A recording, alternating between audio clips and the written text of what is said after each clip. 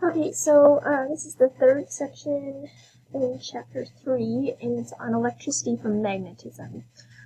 So magnetism can be produced from electricity, you get the electromagnet, and then we actually found an even bigger cool thing, or another bigger cool thing that was discovered was when they discovered that electricity can be produced from magnetism.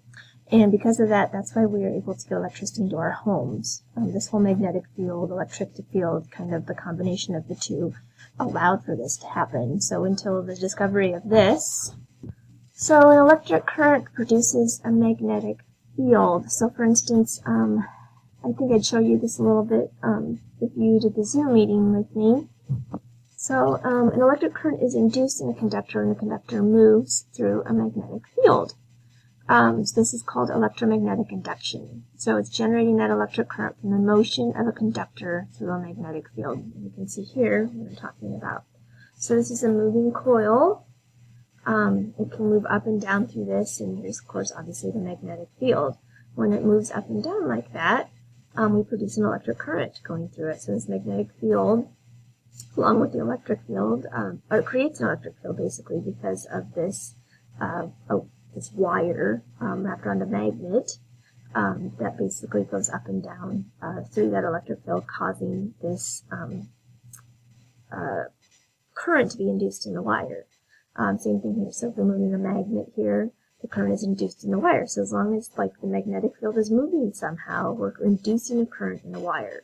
So magnetism, that magnetic field, basically, we learned that it induces electric currents moving through that wire. Back when Thomas Edison was first, he's kind of the guy that we know is a little bit, did a lot of electricity, scientist. And he was known to produce some of the first power plants. And his power plants ran on what we call direct current. So direct current is a current consisting of charges that flow in one direction only. That doesn't seem so bad. But the direction of the current depends on the direction in which the wire or magnet moves. So that's going to be dependent. Now, the one bad thing about this, I guess, is that it only flows in one direction. It only flows with one current, basically. So there's just one amount of current going through, and it flows in one direction. It's kind of like a series circuit almost, where the fact that there's just kind of one general way for that current to flow.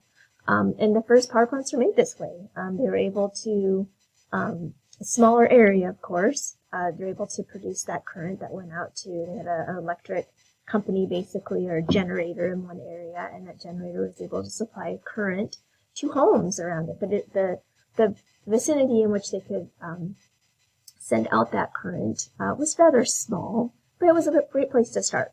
So Thomas Edison was known very well for this. Now, he had a guy who worked underneath him called Nikola Tesla, and he worked with him for a long time, but eventually those two came into some trouble with each other because one wanted to go one way and one wanted to stay the other way.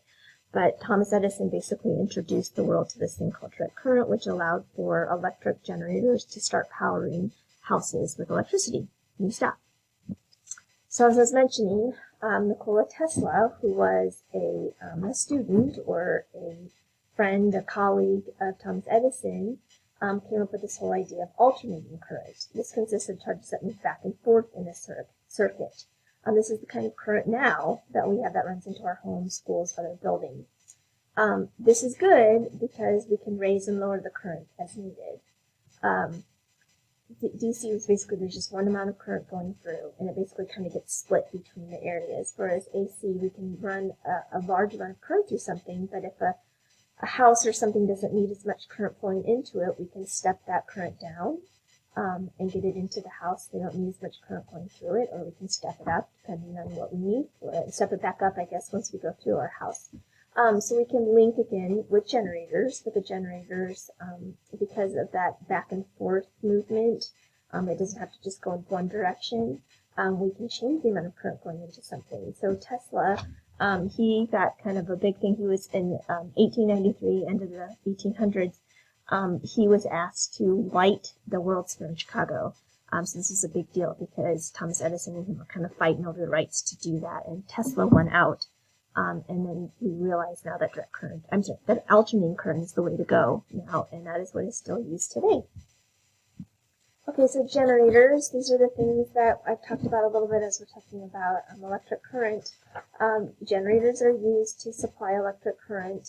You can use one, like you might have your own generator in your house. A lot of times people get generators in case like the electricity goes out. So there's an electrical issue in an area, and so all the electricity from an area is going out.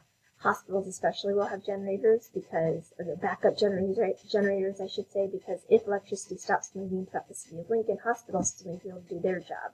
So they have generators. So generators are things that transfer mechanical energy into electric energy. So these generators, there's lots of generating plants around the city of Lincoln. These are the things that bring electricity into our homes. So there's mechanical energy that is transformed into electrical energy, and then it goes out to all of the places that need it. So it uses motion in the magnetic field. So again, magnetic fields are involved here because magnetic fields, as long as they're moving, produce that electric current. So they use motion in the magnetic field. So the generator basically, the current leads generated through brushes in this case, but basically we've got a moving magnetic field basically that's creating this electric current, generating electricity that then is sent out for the needs of different buildings, different areas that need that electric current to go through it.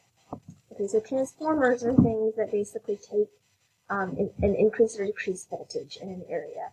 You'll probably heard of transformers before. A lot of times those are kind of on our electric wires that kind of run through our backyards maybe or around our street areas. A lot of times you'll see a transformer on those or something that's kind of connected to it. Different areas will have those transformers, and if a transformer blows or a transformer gets too much current running through it or something, it basically will stop working. So this can be another reason why electricity stops flowing through an area. But basically it consists of two separate coils of insulated wire wrapped around an iron core. Depending on how you want that current to go, it can either go up or down, depending on how you want that transformation of the voltage to go. So it can either increase it or decrease it. A lot of times those are things that are right outside houses, around housing areas, because we want to step down the amount of voltage that's going through the wires and separate it into our homes. You don't need a ton of voltage like comes from the generating plants to go into each and every house. So a lot of times you'll find transformers that are going to downgrade that voltage.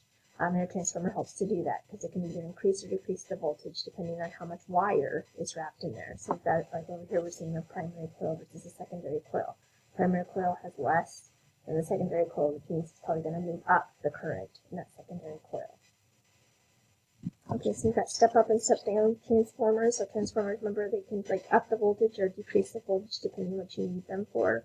So here we've got a step up transformer, which means that we've got lower voltage coming in and then higher voltage coming out on that transformer. So it's transforming that. Whereas a step down transformer will take a primary coil will have more than the secondary coil, so it lowers that voltage as it goes into something. So if we look over here, here's my generating plant right here. So it's got a step up transformer. As it's going to be sending out electric current, it's going to step up at once as much current coming out here. And then we have kind of going across the wires, we have the amount of voltage, and then here's a step down transformer, and then another step down transformer. Now, this is something you might see on the electric wires, maybe in the back of your house or somewhere around in your neighborhood. That's that step down transformer, most likely that's leading into your home, or homes around it, which will basically take that current, that voltage, and decrease a little bit as it goes into your home, so you don't have so much high voltage going into your home. And this is the end of section, and we're only doing 2 sections in chapter 3. And then we'll be going on to some new material. The homework for this is posted on Power School Learning, or it was in the packet that came home. If you did the packet pickup, you can print it off. If you did not do that, you can just do it on a piece of loose leaf. Anyway, you can always take a picture and hand it in to me, or you can wait until the next turn-in date, which is like April 16th, 17th, I believe, and turn those in as well. All right, enjoy.